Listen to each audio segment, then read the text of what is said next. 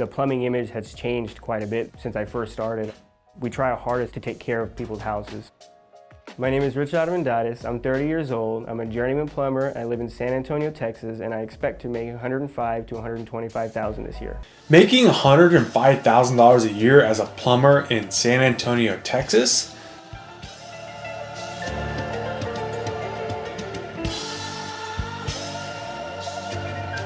Now that seems like pretty good money, and I don't really know like what kind of money you can make in Texas. I know depending on the state where you live and who you're working for, if you have your own company or if you're working with somebody else, there's a lot of different variables that can come into play.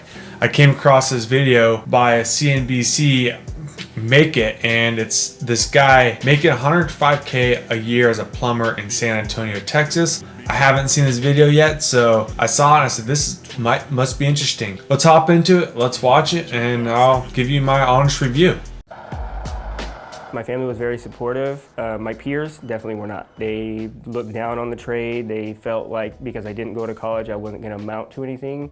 People expect us to come in like a bull in a china closet and just kind of wreck everything. The plumbing image has changed quite a bit since I first started. We try our hardest to take care of people's houses. My name is Rich. He made a very valuable point there about, his family not accepting him going this route into a plumbing trade instead of going to college. That's very, very common in this generation, I feel like. Rich Adamandadis. I'm 30 years old. I'm a journeyman plumber. I live in San Antonio, Texas, and I expect to make $105,000 to $125,000 this year. That's really good money. It's really good money.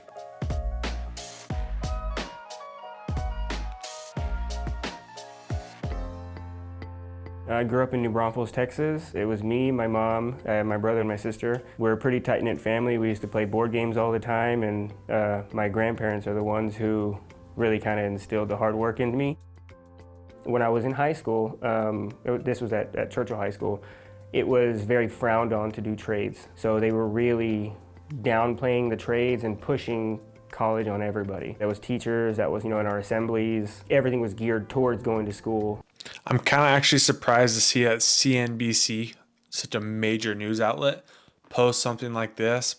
Him not dissing on college, but kind of dissing on college and just kind of talking about the fact that, they try to push college on everybody and look down on the trades. It's got to be not the other way around, but it's got to be 50-50. And if you didn't, well, good luck.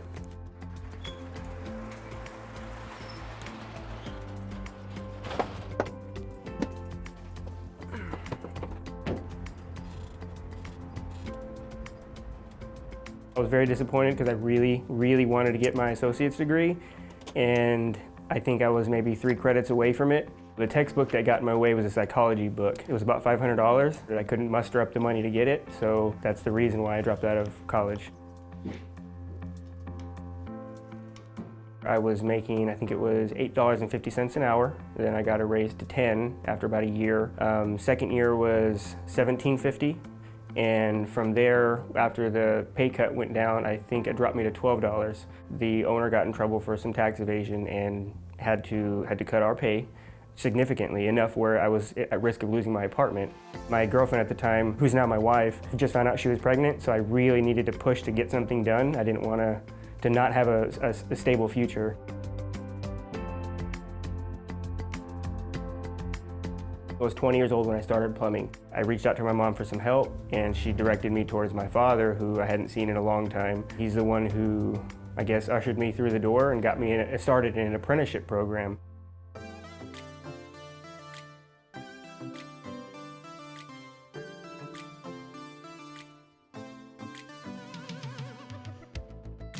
As you can see there, it's very common. It said, taking 4 years to get your journeyman ticket or your card or become a master. That's pretty common across any trade. I would assume it's most union apprenticeships are anywhere from 3.5 to 5 years. So 4 years is a good median.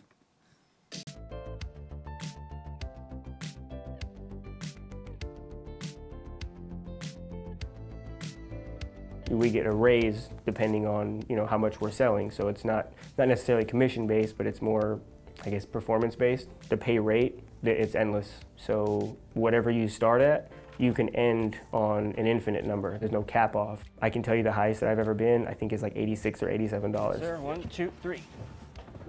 We just loaded up the water heater. We gotta go install this bad boy today in somebody's garage. So for right now, we're gonna get our parts together so we can have what we need. Plumbing is fun because you know when you start, but you don't know when you get off. Our days a week standard is Monday through Friday. We do run on call. When we do on call, here we're doing 1 day a week. When you're on call, you can pretty much expect to not have any plans. Don't make any plans because they'll probably get wrecked. Don't expect to come home in time for dinner. Saturdays are always booked up. Sundays are a little bit slower. We're so booked right now with calls, we need plumbers. We need people to come in and help.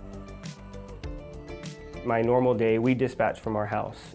Yeah, see, I mean, as he just explained right there, so booked with plumbing appointments, like to go do the work.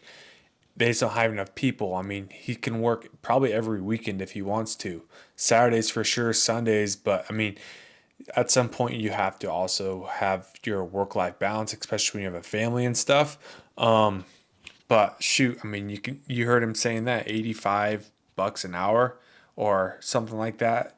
It's like, it's actually a very good career to get into. My normal day, we dispatch from our house. They usually have the first customer ready for us by about 7:30.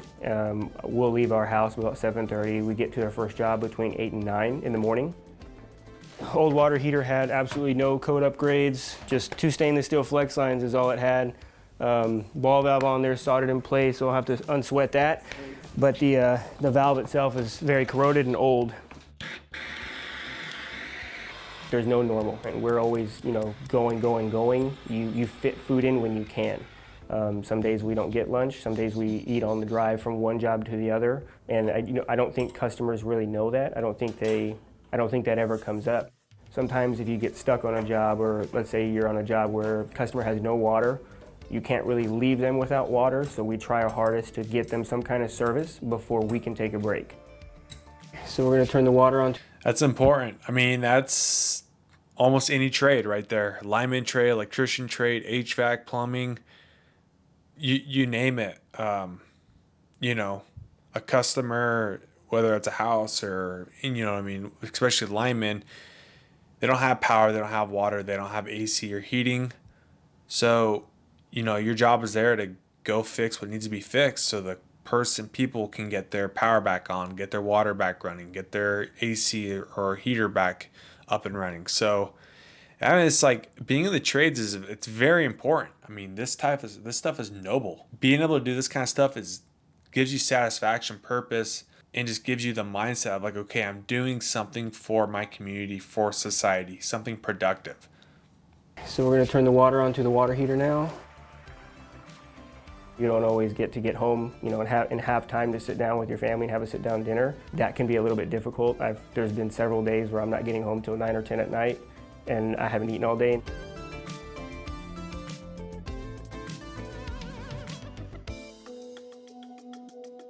See, now that can be an issue, right? Of course, there's some days that he's not getting home till 9 or 10 at night, and he hasn't eaten all day. Hopefully he's not a hangry guy like I am.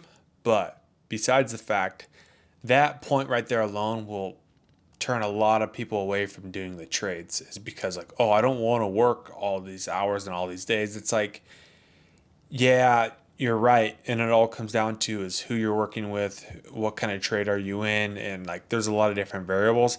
He's not working till 9 or 10 at night every night. That's maybe once a week he's doing that. It just comes down to you got to have the work-life balance is probably one of the most important things. If you want to work in a trade, work-life balance is something that you'll have to figure out because, hey, you can work a crap ton.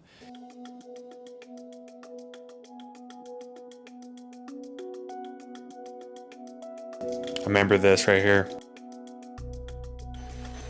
When it started to freeze, everybody lost water. We were getting between 250 to 500 calls a day on people calling in saying, hey, my water lines are frozen, I have a broken pipe, my house is flooding. So we were trying to help people cut their water off. We were out of water for about 6 or 7 consecutive days. I was running service calls to help other people get water, and I had none. And I felt bad because I had no water, so I couldn't take a shower. Once we started working, we pretty much didn't stop for about 2 weeks. We worked that week, the weekend, we hit the following week, and I think we knocked out that second weekend as well. But a lot of our focus was just trying to get people water. A big part of our job is, just consoling the customer. I would say that's probably a good 60 to 70% of our work. It's very important that we have some kind of empathy for them, because for us, as plumbers, we see it every day. I leave one house and it's flooded, I go to another house that's flooded, so my work environment doesn't change, but for them, this is the end of their world as they know it. Just want to let you Water and power, man. Water and power. Two industries to get into that will always have work for the most part, especially power. We're all done, everything's good to go. You should have about an hour, 45-minute wait before the water gets completely hot, and you're all set. Worst job I've ever worked on. This was a sewage backup for an apartment complex. They did not have a backwater valve. When I walked in, it was sewage everywhere. There was sewage, in the sinks, in the tubs. It was filled to about 6 inches of the property throughout everything. We didn't know we were walking into that much. We knew it was a sewer backup, but not to that caliber.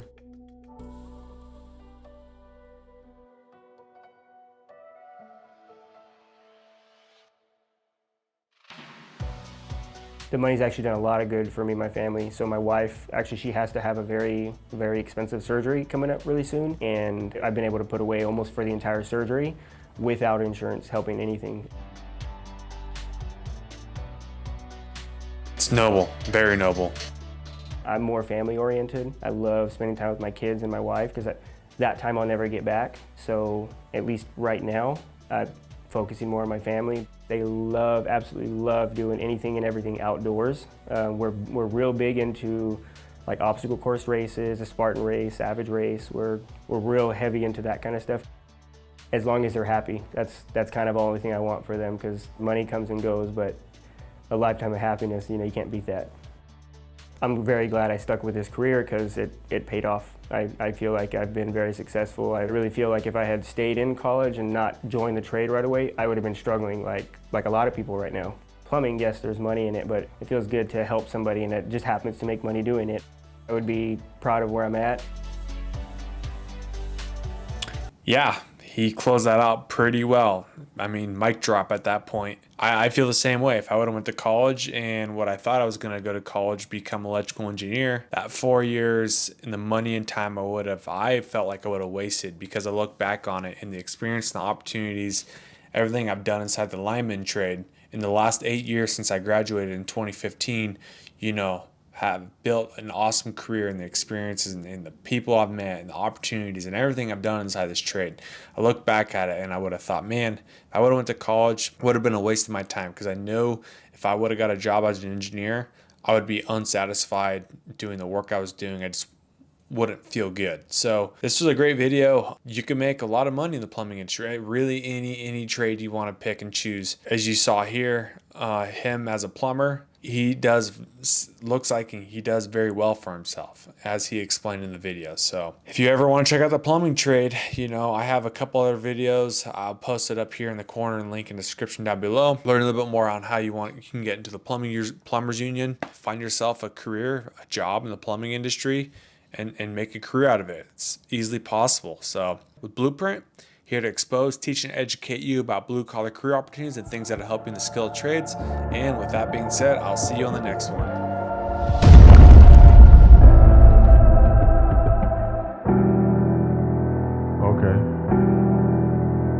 Okay.